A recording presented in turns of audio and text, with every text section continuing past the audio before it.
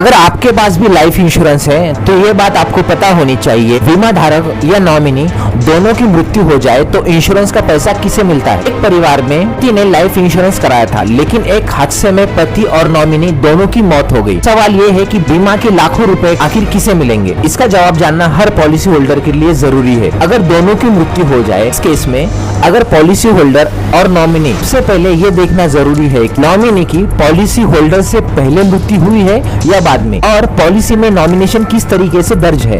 अगर कोई surviving nominee नहीं है तो क्लेम का पैसा कानूनी प्रक्रिया के अनुसार किया जा सकता है। इसलिए पॉलिसी लेते समय नॉमिनी की डिटेल्स ध्यान से भरना और उपलब्ध विकल्प के अनुसार ट्रिपल या अल्टरनेट नॉमिनेशन की व्यवस्था करना बहुत जरूरी है। अगर पॉलिसी में वैलिड सर्वाइविंग नॉमिनी है, एप्लीकेबल रूल्स के अनुसार इंश्योरर यानी बीमा कंपनी पेमेंट प्रोसेस आगे बढ़ाती है। अगर कोई सर्वाइविंग नॉमिनी भी नहीं है तो सिर्फ मैं परिवार का सदस्य हूँ कहने से हर केस में पेमेंट तुरंत नहीं मिल जाती। ऐसे मामलों में बीमा कंपनी पूरी डॉक्यूमेंट्स की जांच कर सकते हैं।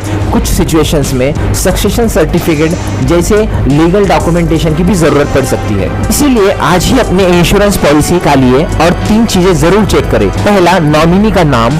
दूसरा, नॉमिनी की डिटेल्स सही है या नहीं। तीसरा और सबसे जरूरी, आपकी करंट फैमिली सिचुएशन के हिसाब से नॉमिनेशन अपडेटेड है या नहीं। क्योंकि इंश्योरेंस सिर्फ पॉलिसी खरीदने का नाम नहीं है, बल्कि सही नॉमिनी और अपडेटेड डिटेल्स रखना भी उतना ही जरूरी है। यह जानकारी अपने परिवार के सभी के साथ जरूर शेयर करें, क्योंकि जरूरत पड़ने पर यह छोटी सी जानकारी काम आ सकती है। ऐसी ही प्रैक्टिकल, फाइनेंशियल और डिजिटल अवेयरनेस के लिए हमारे पेज को फॉलो करें और चैनल को सब्सक्राइब करना ना भूलें।